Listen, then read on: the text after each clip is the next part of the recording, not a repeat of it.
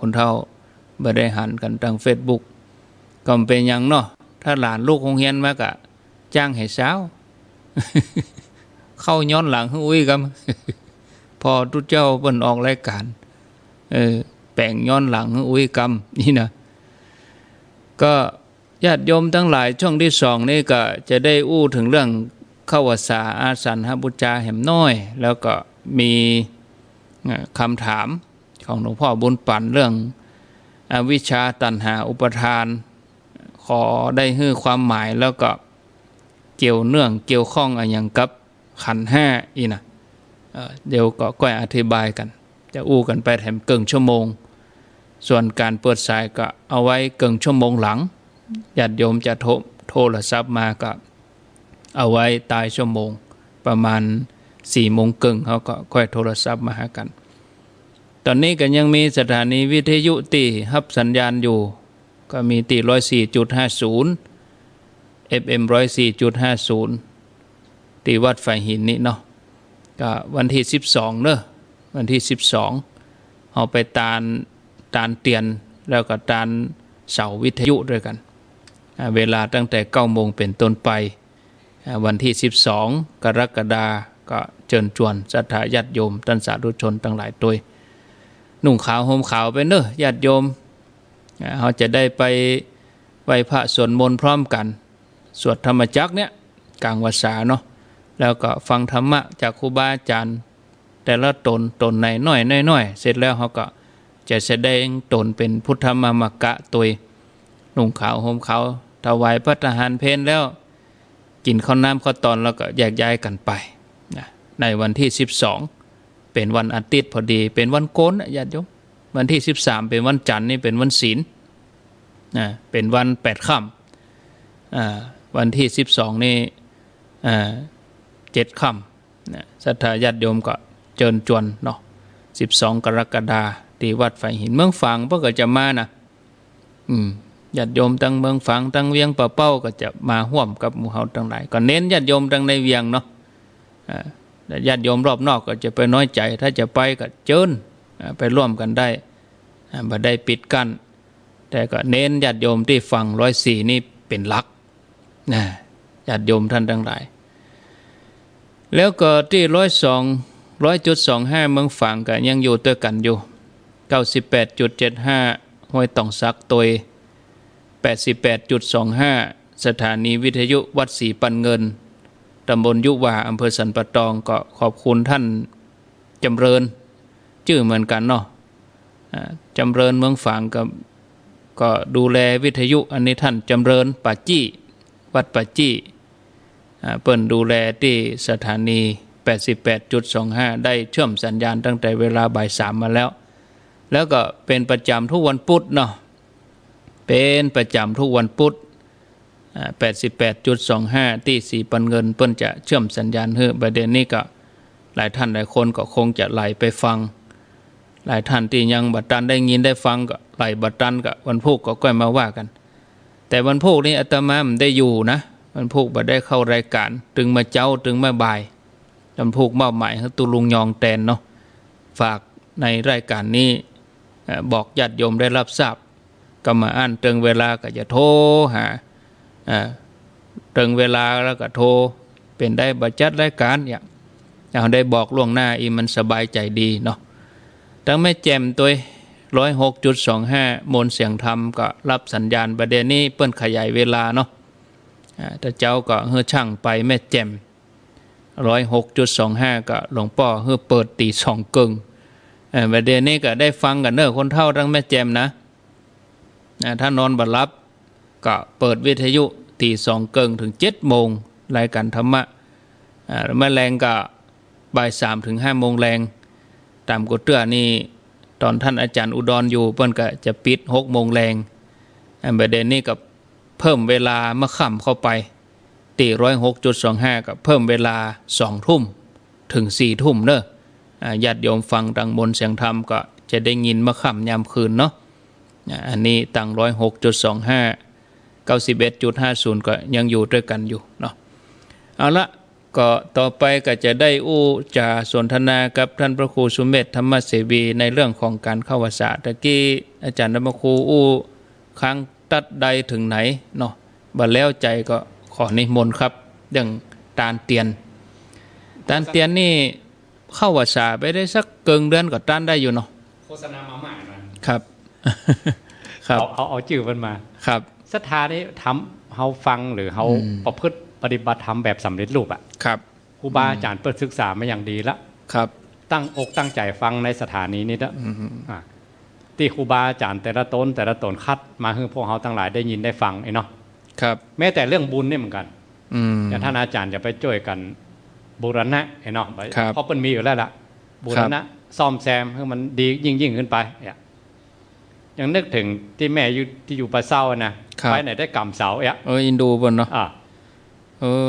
กำเสาอยู่ฮั่นอันนี้มากำเสาใหญ่ด้วยกันเกณฑ์เสาหลวงเลยครับแล้วก็นึกถึงแม่ที่อยู่โรงพยาบาลลานนาครับแม่เป็นคนไข้ติดเตียงเนาะไปเฝ้าเปิ้นเฝ้าเปิ้นครับผมไปเฝ้ามันน่าอยู่เป็นเดือนเนาะครับต้องเฝ้าเป็นเดือนแล้วก็ยังเป็นกู้ขนาดไหนอาจารย์ต้องเอาชื่อปากไม้หน่อยโยมบอกว่าเดี๋ยวก็เสียงหายเดี๋ยวก็เสียงดังเอาได้แอคชั่นแอคชั่นเอาบิดไปบิดมาแล้วทำให้เสียอรรถรสน่ะมันต้องมีผู้ชำนาญการครับมันจะไปเอาบิดอีแต่เข้าใจแล้วครับครับต้องตรงดีๆต้องตรงเป๊ะห้ามดิ้นเลยนะห้ามดุนบิดไปบิดมานี่เสียงหายแล้วโยมก็มาส่งข้อความโต้ผมติ๊กวิทยุเป็นอย่างนี้เนาะครับวิทยุอย่างเสียงเดี๋ยวก็หายเดี๋ยวก็ดังเดี๋ยวก็หายเดี๋ยวก็ดังบิดหน้ามาทางนี้แล้วมันไม่ใช่เป็นแต่วิทยุนะมันเป็นแต่ตู้บิดหน้าทางนี้มันมาหันได้หันหน้าอาจารย์เดี๋ยวขอสุมาเนาะแอคชั่นด้วยแอคชั่นแล้วก็มันชื่อกล้องอะเหมาะอย่างมันเป็นอย่างเนาะเสาอากาศนี้เทียบเคียงอะเนาะครับเทียบเคียงเนี่ยเขาไปตานเหมือนกับเขาคือทำมาตานนะครับเพราะว่าครูบาอาจารย์เพิ่นมาออกหรอเขาเป็นส่วนหนึ่งเป็นฟันเฟืองอะครับถ้ามันมีอุปกรณ์อย่างนี้หรือมีเครื่องทรงอย่างนี้หรือมีอันรายการนี้และคนอื่นที่อีกหลายๆคนนะที่เปิ้นห่มฟังธรรมไหมเนาะเปิ้นเหมือนมีโอกาสได้ไปครับหรือเปิ้นมีการมีงานนะครับพ่องก็เป็นคนไข้อย่างที่ว่าที่จริงคนเฒ่าคนแก่ไปไหนไว้กับอาศัยวิทยุนี่แล้วปีก่อนที่ท่านอาจารย์จัดกิจกรรมเนาะครับคนเฒ่าบางคนอยู่ไกลๆเตี้ยว3 ขา 4 ขามาเลยนะครับแสดงว่าเปิ้นติดรายการเนาะเปิ้นชอบก็มาห่อครูบาอาจารย์เนาะมาพอมันยิงพอร้อยนะกิจกรรมครับแล้วเขาเป็นส่วนหนึ่งที่เขามาช่วยกันครับเขาได้มากันเนาะถือว่าเขาได้ตานเตียนกันแล้วกันตานเตียนในภาษาเนี่ยครับเตียนคือสัญลักษณ์ของแสงสว่างเนาะเตียนเล่มหลวงเลยเตียนเล่มหลวงอย่างอาจารย์ว่าตานเสาแล้วเป็นอนุสติก็ได้นะอยู่หั่นตลอดเลยนะเวลาศรัทธาไปเวียงเนาะไปหันวัดฝ่ายหินนี่อยู่สูงหรอครับอยู่ข้างช่อง7นะครับเลี้ยวขึ้นไปก็ตั้งสูง60 เมตรอยู่หั่นบนมชเนาะนึกเป็นอนุสติก็ได้หรือเขาได้ฟังธรรมทุกครั้งในวิทยุที่ออกเนี่ยครับเขาก็น้อมนึกว่าโอ้เขาได้ฟังที่เขามีเป็นส่วนหนึ่งของเป็นเจ้าภาพเนี่ยเขาได้ตานเตรียมเล่มหลวงแล้วเนอะให้คนถึงบ้านถึงเมืองได้ฟังครับเอานี่มาเป็นอนุสติเป็นบุญนะเป็นอริยทรัพย์เลยนะครับเป็นที่ระลึกเป็นที่จังที่ยึดที่เหนียวได้เลยครับเอาตัวเนี้ยเขาระลึกทุกครั้งก็เป็นบุญทุกครั้งบุญทุกครั้งอันนี้บุญเข้าภาษาก็เอาตัวนี้ก็ได้นะครับอันนี้เป็นตาน้ำไม้เหมือนกันนะตาน้ำไม้นะกะครับพอระลึกก็ขัดเกลาจิตใจเขาทันทีครับขัดเกลาคือก็แปลงต่างตัวผู้ใดเจ้าไปแหละครับที่เขาได้อ่านพุทธประวัติก็ดีประวัติสาวกก็ดีที่เปิ้นไปได้ง่ายเกิดขีปะพิญญาเพราะอย่างเปิ้นได้ทางต่างไว้ก่อนแล้วเปิ้นได้ทำกันมาก่อนแล้วมาเมินแล้วทำมาก่อนแล้วหรือเขาได้ฟังทำเมืองครับครูบาอาจารย์เปิ้นเตะทำในภาษาเนาะครับเปิ้นสรุปทำหรอได้นั่นเป็นนั่นบางพ่อก็ได้เป็นโสตาสกิตาคะอรหันตาตามบุญสมปานกตะที่การมากแต่ก่อนเนี่ยครับคำว่าตามบุญสมปานกตะมาแต่ก่อนคือตัวนี้น่ะ คือตัวสังสมตัวนี้นะครับนะไปช่วยกันเนาะครับเอามาที่ของหลวงพ่อบุญปันเลยครับอวิชชาตัณหาอุปทานเอาความหมายทีละข้อแล้วก็เกี่ยวเนื่องอย่างกับขันธ์ห้าอันนี้ว่าโดยส่งความหมายเนอะครับผมความหมายโดยระดับอภิธรรมก็มีนะครับที่มีโยมประจายคนหนึ่งกับโยมแม่หญิงคนหนึ่งที่ออกประจำของ104เนี่ยโอ้แม่แรงต่อเฮานี่ครับฟังเด้อ3 ตัว4 ตัวนี้มีหั่นเลยอวิชชาตัณหาอุปทานจะพูดประจำแล้วประจำแล้วอยู่หั่นนะครับและซับแต่ละตัวนี้ยาวเป็นวาๆเนี่ยผมก็จำมาได้นะต้องอธิบายยาวกันนะปัจจัยซับของเปิ้ลนะแต่ละตัวเวลาแยกออกมานะครับวิถีจิตมันมาหรอครับนั่นผมเพี้ยนบันเทิงเนอะครับเลยโจรจอกแล้ววิธีทำกับเปิ้ลก็มีเวลาของเปิ้ลหรอกแต่ถ้าระดับพระสูตรระดับเนี้ยระดับเกินชั่วโมงนี่แหละระดับพระสูตรนี่ปออันถูกลูกถูกกังมาได้อยู่ครับแต่ถ้าระดับภาษาระดับอภิธรรมที่ว่าอวิชชาตัณหาอุปทานขันธ์5นี่บันเทิงเนอะครับเฮียนมาโจบไปกันจะไปคืนอธิบายไปได้นะเพราะห้องยันมาถึงเอาอธิบายระดับพระสูตรดีกว่าครับอวิชชานี่แปลว่าโหตรงกันข้ามกับคำว่าหูกับครับโหวิชาที่ในธรรมจักรจะออกมากันแรกเลยล่ะว่าวิชาเกิดแล้วอุปาทิญาณังอุปาทวิชาปัญญาคำว่าอุปาทิเนี่ยแปลว่าบังเกิดขึ้นแล้วเอกครับแสงสว่างเกิดขึ้นแล้วปัญญาเกิดขึ้นแล้ววิชาเกิดขึ้นแล้วมันเนี่ยถ้ามูนี้เกิดขึ้นแล้วครับคำว่าอวิชชามันก็หายไปมันอยู่ด้วยกันท่านนะครับไล่คำว่าอวิชชาตัวเนี้ยถ้าอู้โดยรอบจริงๆนะอวิชชาที่มาเป็นวิชาแจ้งระดับสาวกก็มีนะครับระดับพระพุทธเจ้าก็มีหลายระดับเองระดับพระอริยเจ้าเบื้องต้นก็มีระดับพระสกิทาคาอนาคาอรหันตาเนี่ยมีหลายระดับนะครับเขาได้แจ้งระดับใดถ้าเทียบตั้งโลกยังมาเนี่ยเปิดเทอมเนาะแล้วอ่อนบอกโหก็ต้องเฮียนแหละต้องห่ำต้องเฮียนครับได้หันไปกุมบาลนอนเสียงหายเหรอมะแบบตักเราต้องตักเราครับละอ่อนเหมารถตู้ก่อนนะพ่อแม่ไปใจละอ่อนเนาะครับเหมารถตู้ของละอ่อนไปเฮียนในเวียงครับคนกันไปโลคนกันไปครับก็เพื่ออย่างเพื่ออนาคตเขาเพราะเกิดอย่างมันบอกโหต้องเฮียนหู้หรอครับหู้เพื่ออย่างก็เพื่อสัมมาอาชีวะครับถ้าบอกหู้แล้วไผ่ไปเวลาไปสมัครงานนะไผ่เอาเขาไปตัวเกามีดีกีอย่างมาพ่องจบอย่างมาธนัดอันยังเนาะถ้าบาจบอย่างว่าธนัดอย่างพ่องครับถ้าบาอันมาได้นะเอางานเพิ่นไปรู้นะได้อย่างเสียอย่างเพิ่นจะไปฝากบริษัทความหวังไว้กับคนบ่ฮู้จะได้เนาะอันนี้เทียบเหมือนกันเดี๋ยวนี้ที่โดยรอสายใต้มีน้ำพลังไฟฟ้าเนาะพอดีท่านอาจารย์เนี่ยจากผู้หลักผู้ใหญ่เหมือนกันแต่ผมก็บอกเขานะการจะทำต่อน้ำเนี่ยเขาตั้งข้อมูลเบื้องต้นเขาต้องระดับเจ้าบ้านเขาเนี่ยต้องแน่นปัญหามาตอบได้ต้องถามมาตอบได้ระดับตั้งแต่คนเจ้าบ้านที่ใจ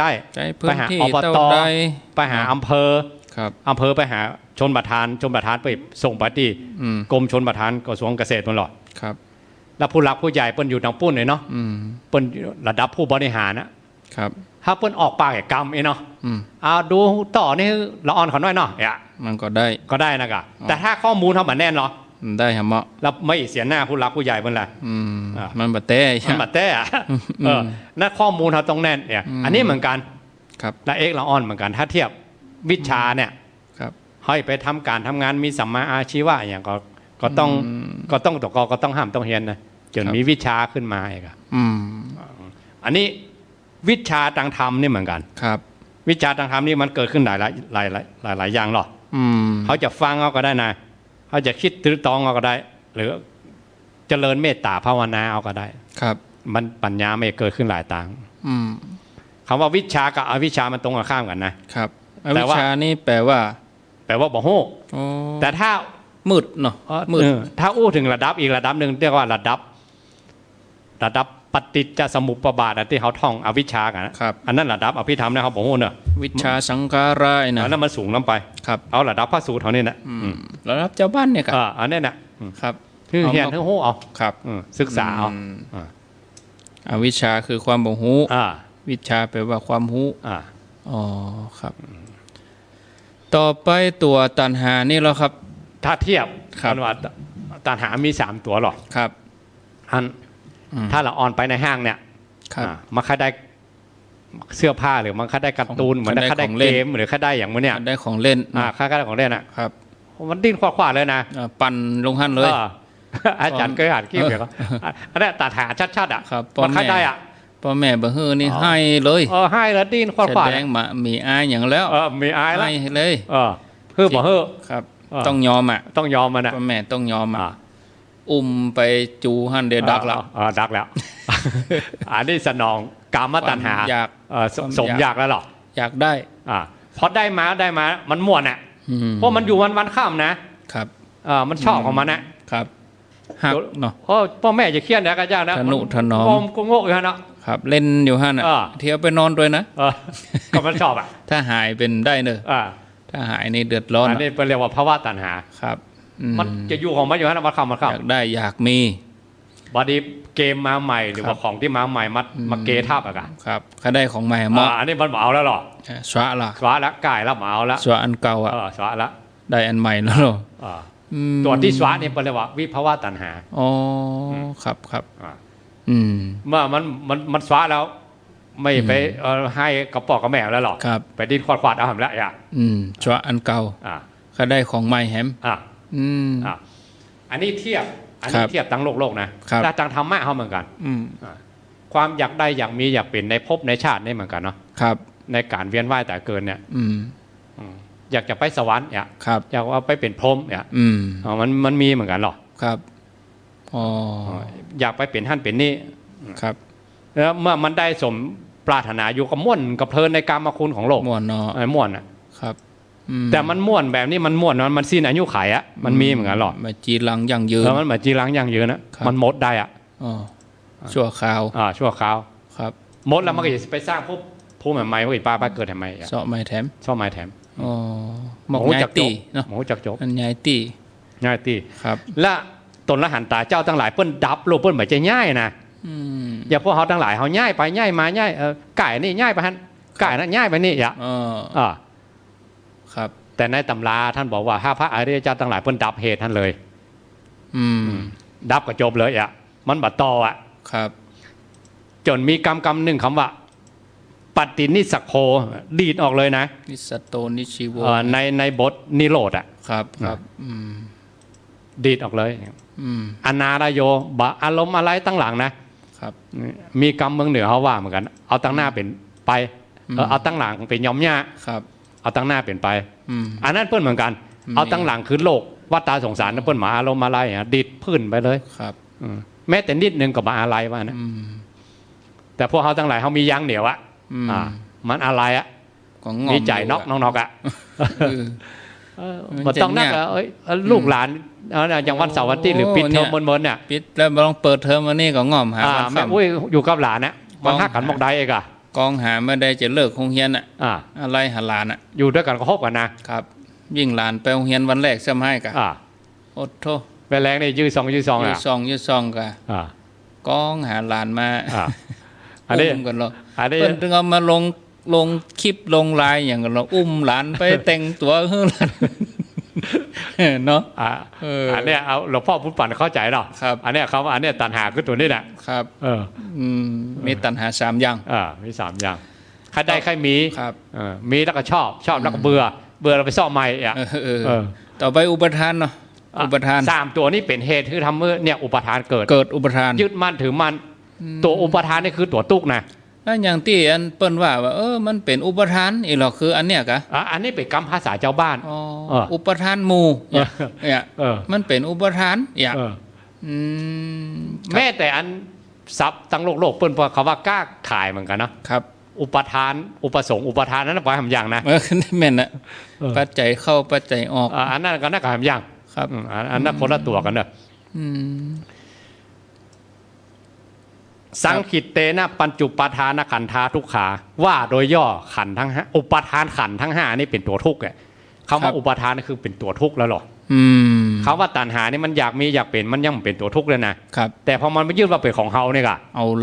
ละกำนั่นยิ่งใหญ่เลยเนาะถ้ามันเป็นของเปิ้ลมันยังเป็นทุกข์ไม่ของเปิ้ลหรอเขาเคยยกตัวอย่างหลายเรื่องเนาะครับหรือเอามันยังใกล้ๆไปเลยเนี่ยครับฝรั่งเปิ้ลตายเป็นโรคโควิดเนี่ยเป็นแสนคนติดเป็นล้านเนาะติดเป็นล้าน500,000 ปลายแล้วนะตายถึงวันครับแล้วเขาน้ำตาเขาหยดสักแมะหนึ่งวันก็เขาหูจักเขานามสกุลเฮากับใจแล้วไผ่กับโมกมองฝรั่งบ่หูจักแต่ถ้ามาใกล้หรอเอเชียเอเชียไกลอยู่ประเทศไทยแล้วเอาเจียงใหม่ร้อยยังไม่บะเรือคนที่ไหนมาเอี่ยวสันกำแพงมีคนเดียวบ่ได้คนสันกำแพงยุ่งตึงอำเภอแปลว่าบ่ต้อนรับคนสันกำแพงเหรอวะก็อินดูของกันนั่นได้ว้าวเองก็ดีเหมือนกันนะว้าวเปิ้นจังหวัดอื่นๆน่ะห้ามคนสันกำแพงเข้าอีกว้าวเนี่ยทำให้ประเทศไทยเป็นศูนย์นะมันก็ดีเหมือนกันนะตีตนไปก่อนค่ายภาษากลางไว้ว่าหรอดีเหมือนกันว่าดีของว้าวเนี่ยดีของว้าวตีตนไปก็มันคืออันโวยวายเกิดเหตุไปเนาะครับมันก็ดีเหมือนกันนะก็ดีไปยังฝรั่งมันบอกว้าวมันบอกกลัวนะประชาธิปไตยหรอมันกลัวเปิ้นปิดก็บ่ปิดแล้วก็เท่ากินกันเล่นกันหรอมียังบ้านเฮาปนหลวงก็อสมเปิ้นมาครับเอากันแต่เนอเอากันแต่ตุกเขานะครับเนี่ยพอมันมาใกล้ตัวเฮาเนี่ยคำว่าตัวเฮาเนี่ยเรียกว่าอุปทานของฉันนี่นะของฉันนะถ้าคนอื่นตายไป100 กว่าปันมันยังมาให้ที่พ่อแม่ตัวเก่าหรอครับคนเดียวอะเป็นน้ำให้น้ำห้องก็เคยเล่าหลายเตื้ออาจารย์ว่าอาจารย์ไปเทศนะมันตึงฟังมาเข้าหูสักหน่อยทำมาอันได้ก็จ้างเตื้อตึงบอกเข้าหูอาจารย์มันยงบันเยก็จ้างตึงเข้าสักอย่างที่มันบอกเข้าหูเพราะอย่างครับคำว่าเนี่ยคืออุปทานเดี๋ยวมันเป็นทุกข์ไปแล้วเขาเกิดถึงลูกเกิดถึงความสูญเสียลองได้เป็นของเฮาและไอ้เตือนคือความยึดมั่นถือมั่นนี่กะแต่พระอริยเจ้าต่างหลายท่านว่าผัสสะมาเกิดนะครับตัณหามันความข้าได้ขมีมันยังบัดตันเกิดเนี่ยตัดเลยมันตัดท่านอย่างก่อนเนี่ยตัดที่อายตนะอย่างก่อนเนี่ยมันยังบัดกลางเกิดเนี่ยมันเล่าอุปทานไม่มาแต่ไหนคนเจ้าบ้านเปิ้นก็ยากก็อย่างเฮาเนี่ยมันทุกข์มันแบบเปิ้นว่าเหมือนกับคนตกต้นไม้เปิ้นว่าลูกปั๊บมันยาถึงลุ่มให้ล่ะยะเลยยะเลยมันมีขั้นมีตอนมันมีขั้นมีตอนมีตัวน่วงตาหันก็ไปเลยสัมผัสเลยตุ๊บก็เป็ดตุ๊กละใครได้ใครมีล่ะครับเสาะหาละเป็นของกูไปละครับโอ้อย่างอีอุปทานอันอุปทานนี่คือตัวทุกข์นะแล้วไปเกี่ยวอย่างกับขันห้าไม่อย่างครับอันรูปเวทนาสัญญาสังขารวิญญาณคือกายกับใจเนี่ยแล้วไปเกี่ยวอย่างกันเนาะถ้าห้ามายื่นมาถึงมันในสังขารนะเอามาอยู่นี่หรอตัวอวิชชาเกี่ยวกับอย่างกับขันห้าเขาบอกแจ้งไหนนี่กะเขาบอกหู้ในตัวขันห้าเขาบอกหู้แจ้งไหนนี่แล้วโดยขันห้าโดยย่อก็คือหูบกับน้ำกายกับใจนี่นะความบอกหู้ในตัวกายเขาว่ามันเสื่อมว่ามันเสื่อมบอกหู้คือว่ามันจะต้องนุ่มตลอดนี่เนาะมันจะต้องบ่เท่ามันจะต้องบ่เหี่ยวอีนะแต่ถ้าหู้คือเข้าใจทำเนาะเข้าใจอันนี้มีหลายจั่นเนอะจั่นนอกสุดนี่เนาะครับอันเคยอู้หลายเตื้อเหมือนกันนะแต่มาย่ำเหมือนกันเนาะครับนอกสุดคือเขายึดมั่นถือมั่นเขาไปแจ้งในเรื่องสิ่งของวัตถุทั้งนอกนี่ต้องแจ้งโดยตานะบารมีเอาตานะบารมีก็ไปเตกมันครับมันถึงละได้ทัดเข้ามากับเรื่องญาติระดับญาติพี่น้องเนี่ยครับปีปานาอาเนี่ยมาถือศีลอุโบสถอนุภาพของศีลอุโบสถนี่มันจะตัดได้อนุภาพมันมีจริงๆทัดเข้ามาในระดับสังขารร่างกายเขานี้ครับต้องอาศัยกายคตาสติพิจารณาป่าชาเก่าพิจารณาสติปัฏฐานกาย6 หมวด 14 ข้อครับเอาตัวนี้เขมันถึงลงนี่กะแล้วประการสุดท้ายเอาหมูนี่ละหมูนี่แล้วนะมันแจ้งหมูนี่นะใจลึกๆมันยังมาว่าเป็นของเขาอยู่มีหั่นน้องๆอยู่ก็ยังของเขาอยู่นั่นน่ะเนี่ยใดอันนี้ต้องอ้างเอาคุณแก้วสามการอ้างคุณผู้เดชเจ้ามาครับพออ้างผู้เดชเจ้าขอผู้เดชเจ้าได้ช่วยเขาเนี่ยสติปัญญาตอนนี้มันเต็มรอบแล้วหรอมันจะปุ๊ดเลยนะเหมือนกับเป็นโกกเจือกครับมันเข่งเต็มที่แล้วหรอเจือกมันเข่งเต็มที่มีดโกกโป๊กกับเพราะว่าอะไรกะ โอ้ พูดเลยพูด ครับ ออกจากจิตจากใจ อืม มีดนั่นคืออย่างคือสติปัญญาที่สั่งสมมาอย่างเยี่ยมยอดนะครับ อืม โดยอาศัยกุลแก้วสามประการเนี่ยอย่างอื่นเอาบ่ได้นะเอามันแป้ ครับ ใจตอนนั้นอันนี้ในตำราเพิ่นเล่าว่านะครับ มันจะโหยหวนที่สุดอะเพราะมันก็คือเฮาก็คือมันแล้วเฮาบอกว่าเฮาบ่เอามันแล้วเอกอะ ครับ อ่ะ จะสวะแล้วเนอะ จะเขาจะสวะแล้วนะมันก็อย่าท่วงนะ อืม เขาเดินทางในโลกวัฏฏะสงสารมาด้วยการกายใจเนี่ยเอกอะ อืม จู่ๆอย่าโดยผู้ใดเจ้าบ่อาไล่หากันกายอย่างเงี้ย อืม มาหักกันละกาเห็นเนาะ มันเซาะมาให้มาเซาะตียืดให้มา สติยืดไม่ไปสร้างภพภูมิใหม่แล้วหรอก ครับ เมื่อมันตายเนี่ยมันจะ อืม ตายแล้วมันไม่ใช่ไปเกิดไปใจนะมันดับพึ่มันมีเชื่อไปเกิดเอกอะ อ๋อครับ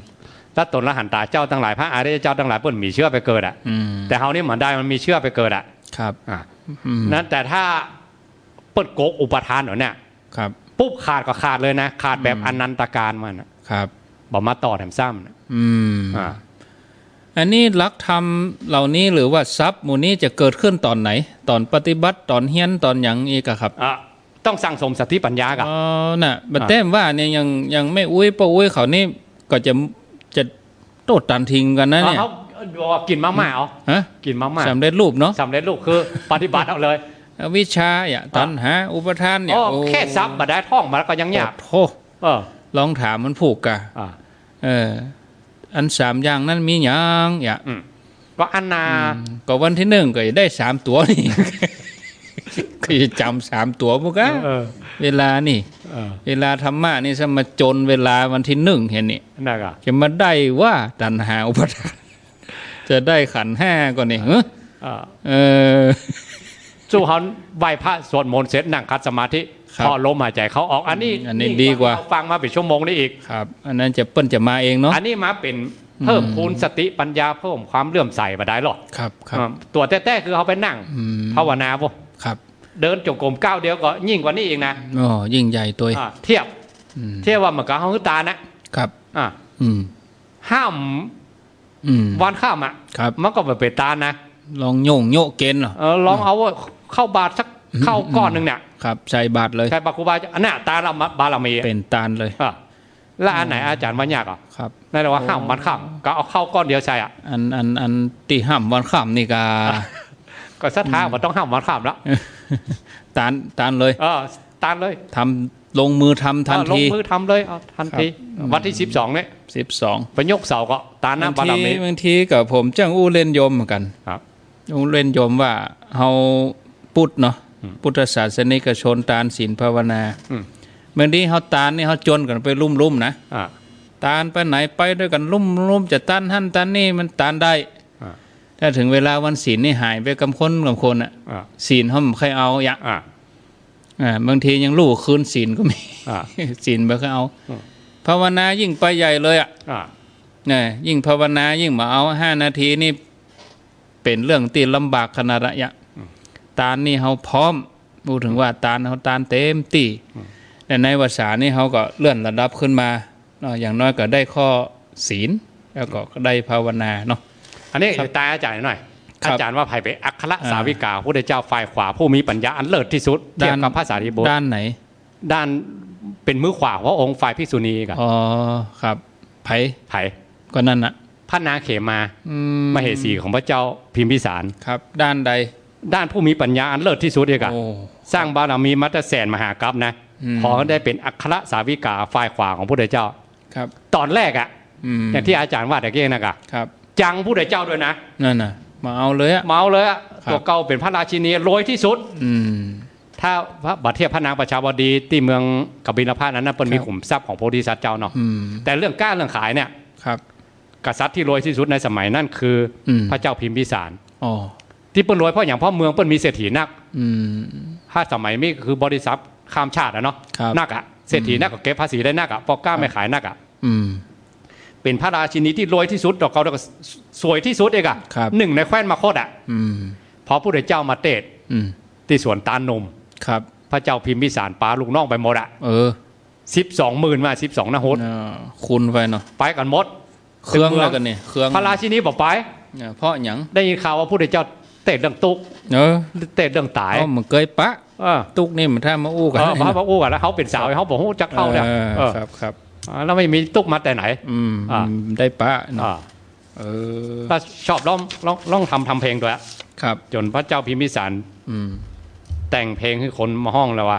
ส่วนเวรุวันไม้ไผ่อุทยานไม้ไผ่ที่มอบเพื่อเป็นวัดน่ะวัดไหนงามอย่างไรกันเพื่อจวนนายสารสีไปครับก็ได้บรรลุธรรมเหรอแต่บรรลุธรรมเพราะอยากไปฟังเพลงนะฟังเพลงแล้วอยากไปพอที่เพลงก็ว่าทำมันงามเมื่อใดอ่ะผมจะไปฟังธรรมไม่ใช่เลื่อมใสซะอย่างอ่ะแล้วอาจารย์จะไปโต้ว่าเปิ้ลมาเขาวัดเขาว่าบางทีบันแน่นะมันแน่เนาะปฏิบัติอยู่บ้านเองมันแน่เปิ้ลขั้วมากำเดียวอ่ะมันมีเนาะมันมีเป็นตัวอย่างและไผ่มือหนึ่งของพระองค์เลยเป็นแน่จะใด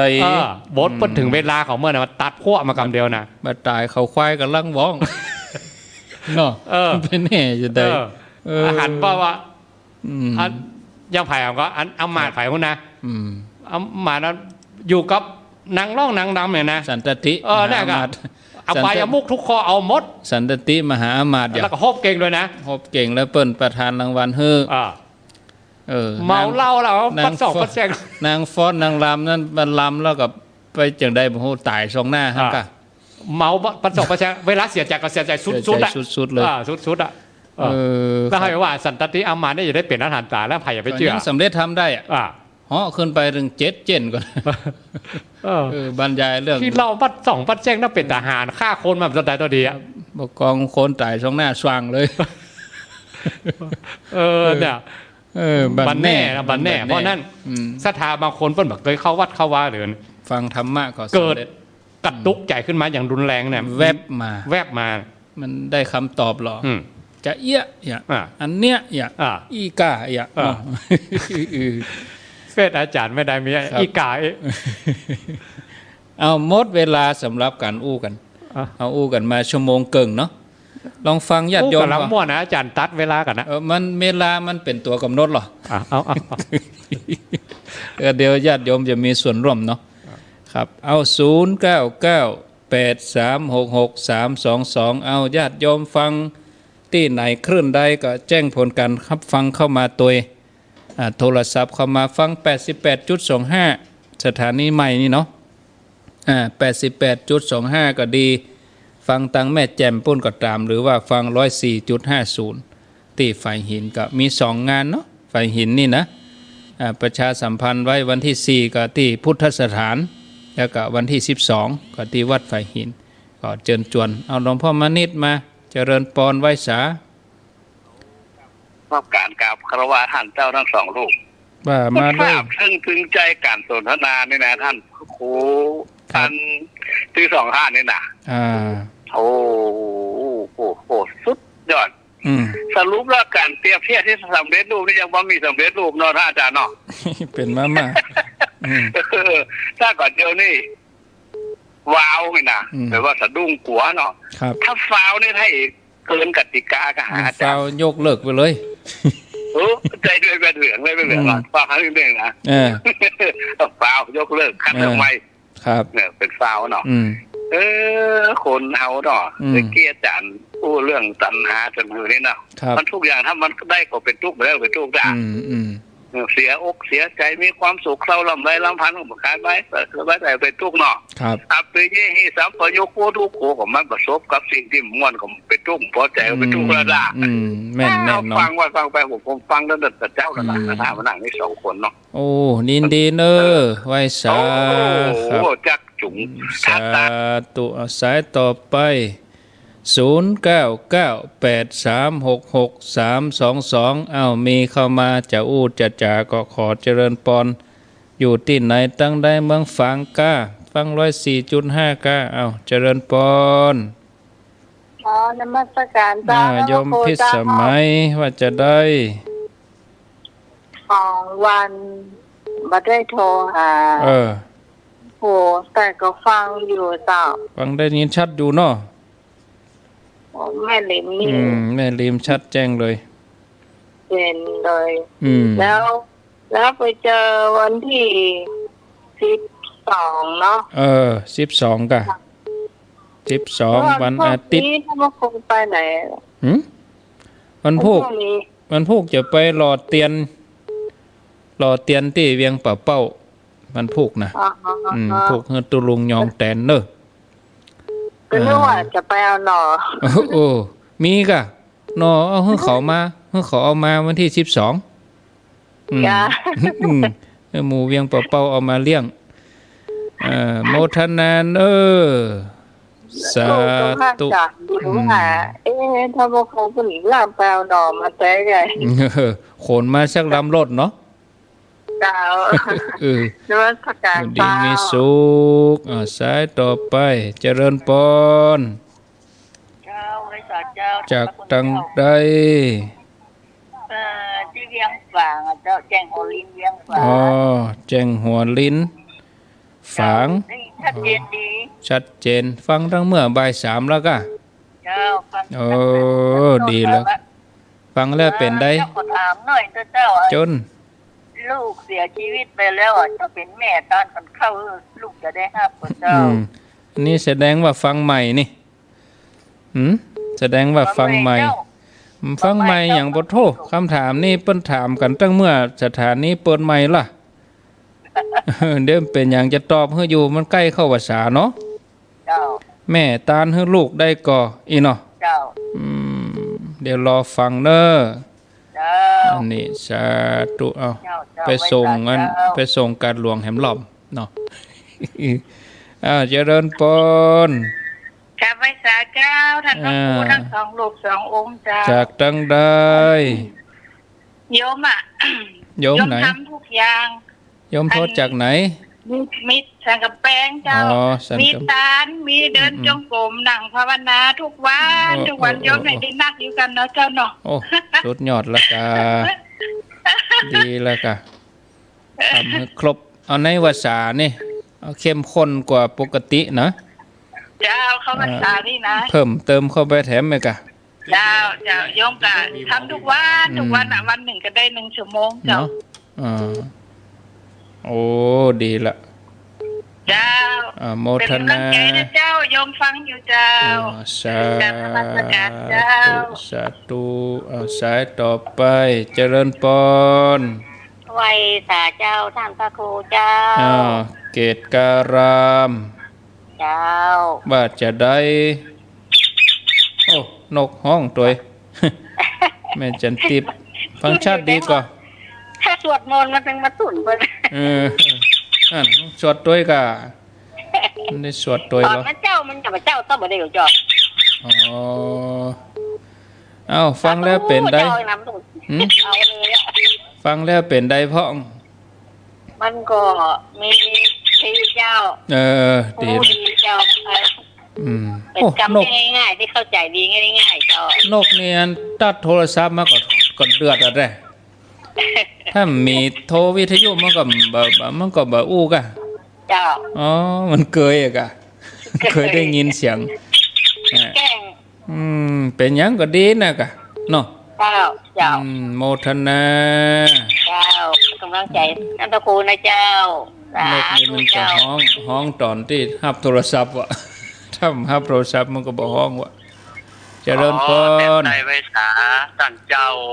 ป้นนั้นตนนะครับป้นนั้นเคารพอย่างยิ่งครับป้นนั้นอย่างนึงเนาะครับป้นนั้นสลับปีอย่างนึงก็จะไปหันตั้งเจ้าวันเดอร์วันที่12แม่บ้านเขาเปิดอันนี่ให้ดูละเนี่ยค่อยชัดเปิดดูใน Google นะครับเดี๋ยวนี้หันคนเดียวใครหันเปิดใครหันยังบอกกดพอแล้วก็หันตัวจริงวันที่12เปิ้นผู้เก่งเนาะเปิ้นเป็นทุกเจ้าเปิ้นได้ห้ามได้เฮียนเนาะแม่มันนี่เนาะให้หันท่านพระครูตนเดียววันนี้นะวันนี้ตนเดียวว่าใครหันตัวจริงเลยวันที่12ก็ไปหันวันนี้ก็ได้ฟังน้ำฟังธรรมมีสาระแก่นสารนะครับอวิชชาตัณหาอุปทานเนาะท่านเจ้าเนาะอันนี้มันมีในธรรมนิยามกับแม่กะอวิชชาสังขารานามารูปังสลาลตัณนะตัณหาอุปทานภเวแล้วก็มี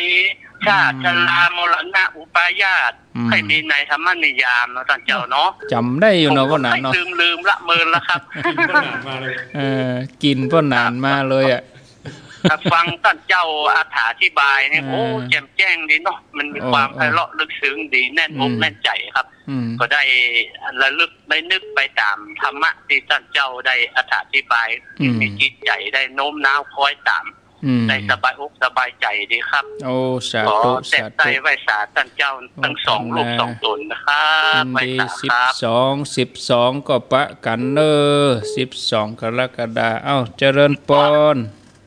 ไว้สาเจ้าเลยครูแม่จันวันนี้ได้ต่อไปชั่วโมงเลยเนาะกำลังได้วันนี้วันแรกคะวันแรกก็เริ่มวัน1อ่ะเริ่ม1อ่ะเริ่มวันที่1นับ1วันนี้อย่าอนุโมทนาสาธุโดยสถานีตัวนึงเฉพาะวันพุธนะมีกับวันพุธวันเดียวเนาะวันพุธวันเดียวก่อนวันอื่นค่อยว่ากันค่อยติดตามมาวันพุธวันเดียวก่อนเจ้าโอทนา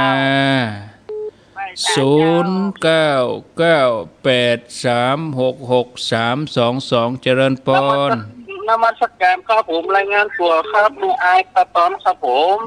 แม่อายตาตอนฟังครับรถมาจากตั้งแต่เชียงดาวปุ๊บเสียงปางมาฟังตลอดเนาะครับรถนี่ก็เปิดฟังมาตลอดนะครับวันนี้แน่นใจครับผมโอ้โหท่านพระครูสุเมธเปิ่นป้ามีโอกาสจะขอไปกราบได้กราบทั้ง2องค์นะครับเอาไปวันที่12นี่กะ12ไฟหินนะครับผม12ไฟหินกับมากับมีหั่นหมดหรอกะครับได้ฟังแล้วก็ท่านพระครูอธิบายทำแล้วที่ว่าตอนนั้นว่าอย่างไรครับคือว่าการทำบุญการตั้งจิตสวดธรรมจักรเนี่ยคนเราถ้าใจเขาตั้งอย่างมันเปลี่ยนเปลี่ยนนำแสงสว่างไปดูที่ว่าเป้าหมายไปฮะนี่ครับมันนี่แน่นอนมันชุ่มใจแล้วมันแน่นใจแล้วก็มาฟังต่ออธิบายช่วงชั่วโมงต่อดีละมันทำให้ว่ามันเป็นของที่บางอย่างแต่ว่าเขาจะสนใจใส่มันได้ก่อนนะพระพุทธเจ้าพุทธศาสนาวางหลักฐานจากของที่ว่าเรื่องยากคือผิดเรื่องง่ายแล้วแต่ว่าคนเราจะใส่ใจกันนะครับโอ้ดีกันครับวันที่12นะครับผม12เด้อวัดไฟวัดไฟหินมาเหตุการณ์9 โมงเนอะ9 โมงสาธุขับรถก็เดินทางโดยสวัสดิภาพขับอย่างมีสติเอื้ออารีมีมิตรไมตรีต่อเพื่อนร่วมเดินทางด้วยกันตัวเจริญพรเจ้ากราบไหว้สาเจ้าท่านพระครูทั้งสองเจ้าจากทางใดจากบ้านหนองแฝกไม่ห้อยหนองแฝกท่านพระครูเพิ่นจำได้หนองแฝกจำได้ก็เจ้าเพิ่นจำได้ก็ถามดีหรอแม่ถามคำถามน้องแฝกน้องแฝกธรรมจักรนี่มาธรรมจักรกับประวัติสูตรเนี่ยคือต้นว่าเอวัมนี่ก็เจ้าเอวัมเมสุตังน่ะก็เจ้าแล้วก็ใช้ด้วยไอ้หยังก็น่ะสังวัตตินะเจ้าแม่สวดได้ก็สวดได้เจ้าเปิดหนังสือก็ว่าบ่เปิดก็เปิดพ่องมีหนังสือน้อยๆเนี่ยเจ้าแล้วก็ฟังตีสถานีตีผู้ลุงคนจังสวดก็จดเอาโอ้ไปซื้อหนังสือมากลางกะท่านพระครูเจ้าก็ถามจะทานศีลภาวนาเนี่ยข้อใดเจ้าสิอันนี้สูงนักเดี๋ยวเพิ่นน่ะเจ้าทานศีลภาวนาอันใดหนักอีกเดี๋ยวรอฟังอันนี้สูงของข้อใดมากกว่าเดี๋ยวรอฟังในวิทยุเนอะจ้าแล้วก็เดี๋ยวก่อนเจ้าท่านพระครูเจ้าส่วนปัจจัยที่ร่วมทำบุญเสาวิทยุไปห้อมคำตีทางชนีแล้วเนอะไปห้อมคำตีพุ่นน่ะแม่จะส่งไปทางไปชนีแล้วส่งไปทางชนีแล้วเจ้าสาธุขออนุญาตได้พักสายตัวอีกก่อนโยมคือเวลาจะหอมนี่คือหอมยิงตรงไปฝ่ายหินเลยบ่ต้องหอมที่อาตมาหลายท่านโทรมาถามจะถามเลขบัญชีการอย่างการนี่อาตมาขอบอกโยมว่าเข้าไปที่ Facebook ฝ่ายหิน YouTube ฝ่ายหินเปิ้นตึงมีหรอเลขบัญชีเปิ้นตึงไหลมันหยับบ่ต้องถามอาตมาทำบุญวันที่12นี่ถ้าท่านไหนไปก็ไปหอมขำตี้ปุ่นเลยไปหอมจูตี้ปุ่นเลยเนาะ ส่วนท่านที่จะร่วมทำบุญอย่างต่างๆก็มีเลขบัญชีของวัดไฟหินอยู่เอายิงตรงเข้าปุ้นเลยโดยที่บ่ต้องผ่านอาตมาแล้วยิงตรงเข้าปุ้นถ้าโยมหอมแล้วโยมก็ส่งมาให้รายละเอียดแล้วอาตมาประกาศให้ได้อย่างนี้เป็นต้นเนาะก็ขออนุโมทนาเหลือเวลาแถม12 นาทีมีอยู่ 2-3 คำถามทวนสายก็เนาะ1หลวงพ่อมณิต2อันนี้ฟัง104แล้วก็แม่สายที่3นี่แจงหัวลินเมืองฝั่งสายที่4สันกำแพงสายที่5เกตกะลาแม่จันติบสายที่6ป้อนานยังนึ่งสายที่7สายที่2นิยมพิสมัยตะกี้น่ะพิสมัยแม่ริมสายที่6ยังนึ่งสายที่7แม่จันตะการสายที่8แม่อายตาตอนขับรถไปตัว12นี่ก็มาปะกันนะป้อนานก็จะมาเนี่ยวันที่12เลยเนอะจวนกันมาร่วมวันที่12 กรกฎาคมเป็นวันอาทิตย์สายสุดท้ายนี่หนองแฝกโดยสเก็ตมีคำถามเอาคำถามแรกก่อนครับจันท่านพระครูลูกตายพ่อแม่ตันเฮือนี่จะได้ก็ครับท่านพระครูครับอยู่ในธรรมเปตพีเนอะครับอันเวลาวัน12เปงนี่นะครับครูบาอาจารย์ผู้เหยียดเตะกับกูวัดกูวาทำเปตพีครับแล้วก็ทำมหามูลนิปานสูตรนางเอ๋ยนางอีครับถ้าทำอุทิศตานมหาคนตายที่ป่อเปิ้นเป็นพราหมณ์ไหมลูกบ่าวเปิ้นตายเองอ่ะอันนี้ทำหมดนี้มีแบบมันมีแล้วอันนี้ส่งตานหาคนตายเพราะนั้นอย่าประมาณทำของพระองค์เนอะครับทำของพระองค์เป็นอัปปมาโนธรรมโมแผ่ไปทั่วหมื่นโลกธาตุแสนโกฏจักรวาลอนันตจักรวาลไปไม่ใช่พลังของเขานะครับพลังตานะบารมีเป็นธรรมของพระพุทธเจ้าเพราะนั้นเขาห้ามแต่ต้องสร้างเหตุเนอะสร้างเหตุเขาเหตุตานอันใดกะทำไมเขาเหตุตานสิ่งใดเมื่อเขาตานแล้วอ้างเอาตานะบารมีที่เขาได้ทำกับกุลแก้วสามประการนะโขทิศไปหาเขาไปใจมีหูทิพตาทิพหรือเขาไม่มีองค์สมเด็จพระสัมมาสัมพุทธเจ้ารับรองเพราะนั้นเขาทำตามแบบไว้ถึงมาถึงแต่เขาได้แน่นอนแต่ว่านายทำเป็นว่าถึงแน่นอนนะครับถึงแต่เขาบอกโอ้นี่ก็เขามีหูทิพตาทิพเขาพอประหารนะเมื่อเขาพอประหารอย่าไปโทษว่าอันจะถึงก็หาบัถึงก็หาจะได้ก็หาบัได้ก็อันนั้นเป็นเรื่องที่หลังเรื่องที่ของเขาทำเหตุไว้ก่อนทำตามแบบไว้ก่อนว่าถ้าคนใดคนหนึ่งอุทิศตานไปหาถ้าเปิ้ลอยู่ในภพภูมิที่ดีแล้วไปตกอยู่ในอบายภูมิจันทร์ที่เลิกๆเนาะถึงหรือเปิ้ลไปอยู่ในจันทร์ที่สูงลงไปประกอบก็อยู่ในเสวยในบุญของเปิ้ลอย่างนี้บุญนั่นก็ย้อนมาหาคนที่ทำอย่างนี้แต่ถ้าตกกะลีลำบากอยู่ในอบายภูมิเนี่ยมาได้ห้าบข่าวบุญละในธรรมก็บอกว่าถ้าบุญนี้ยังไปบ่ถึงได้นะเทวดาทุกผู้มีฤทธานุภาพทั้งหลายที่เปิ้ลคุ้มครองรักษาศาสนาไว้เนาะก็เคยบอกข่าวบุญแล้วลูกหลานเขาตานมาหาเนยเขาบอกข่าวบุญแล้วหมู่เพศหมู่ผีทั้งหลายที่ตุกกะลีลำบากพอเขาอนุโมทนาท่านนั่นน่ะธรรมะของพระเจ้าก็ช่วยให้ปนได้เลยว่าโดยย่อๆได้ไทยอู้กันเหมือนเนอะครับต่อไป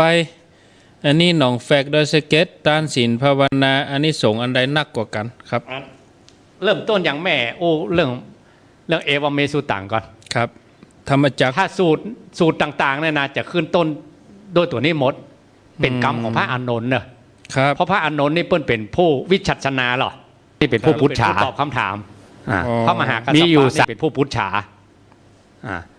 มีอยู่3ตะกร้าไอ้เนาะ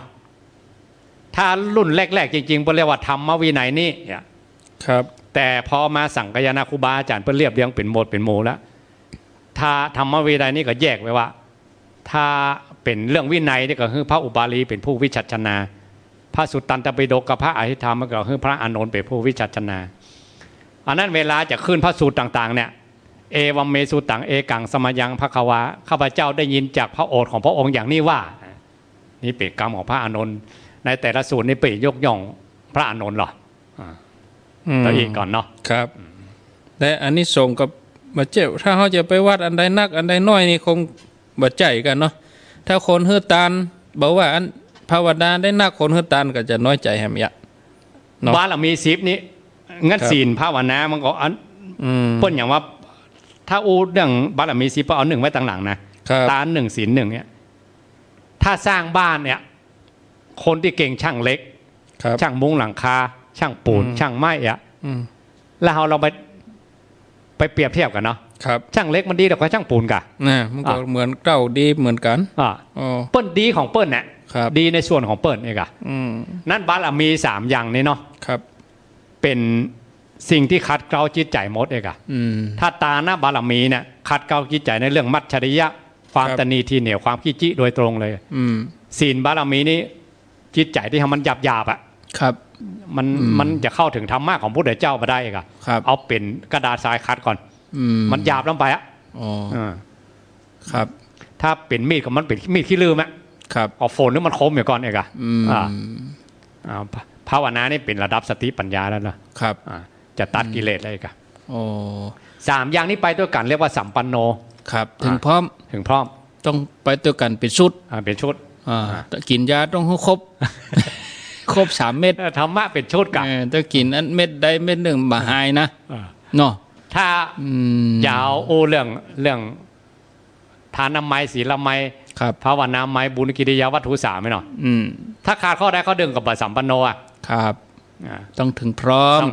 ไปพร้อมกันเป็นหน้ากระดานไปครับเอาลาครับผมมีอย่างจะฝากศรัทธาเข้าภาษานี้ลาแถม 2-3 นาทีสุดท้ายนี้ครับเข้าภาษานี้อธิษฐานใจกันเนอสถานเนอเป็นอธิษฐานบารมีเป็นสัจจะบารมีเพิ่มขึ้นมาจากการกระทำที่เขาทำอะไรอย่างทำนั้นได้อยู่แล้วละเต็ม100%อยู่แล้วละเต็ม100อยู่แล้วละแต่ถ้าเขามีสัจจะบารมีโดยอธิษฐานบารมีกำกับเข้าไปตัวบารมี10 ตัวเนี้ยมันจะสัมปันโนอย่างแม่ว่าเมื่อกี้นะว่าทานศีลภาวนาเนี่ยถ้าเพิ่มสัจจะบารมีเข้าไปเพิ่มอธิษฐานบารมีเข้าไปเนี่ย3 เดือนนี้เขาเข่งกว่าตัวเก่าขึ้นมาแถมหน่อยกระตุกใจตัวเก่าขึ้นมาแถมหน่อยเตือนใจตัวเก่าขึ้นมาแถมหน่อยว่าให้จะสร้างบุญสร้างบารมีอย่างว่ากับตนกับตัวแล้วก็วันที่12ก็เชิญชวนคณะสัตยาทั้งหลายไปสร้างตานะบารมีไว้กับตนกับตัวพวกเขาทั้งหลายเนาะบุญใดกุศลใดที่พวกเขาทั้งหลายได้ตั้งอกตั้งใจได้ฟังสารธรรมวันพุธสนทนาธรรมกันตั้งแต่บ่าย 3มาถึง 5 โมง2 ชั่วโมงเต็มบุญกันย้อนมาฮะคณะสัตยาท่านผู้ชมท่านผู้ฟังอยู่ดีมีสุขที่มากล้าขึ้นปรารถนาได้ทั้งโลกทั้งธรรมขอความปรารถนาของคณะสัตยาทั้งหลายโดยอาศัยพุทธานุภาพธรรมานุภาพสังฆานุภาพความปรารถนาของท่านผู้ชมท่านผู้ฟังจงสำเร็จทุกประการดุจปาฏิหาริย์เทินสัพพพุทธานุภาเวนะโดยอนุภาพของพระพุทธเจ้าสัพพธรรมานุภาเวนะโดยอนุภาพของพระธรรมเจ้าสัพพสังฆานุภาเวนะโดยอนุภาพของพระสงฆ์เจ้าสัทธาโสถีพระวันตุเตก็ขอความสุขสวัสดีทั้งหลายจงมีแก่คณะสัทธาท่านผู้ชมท่านผู้ฟังทุกคน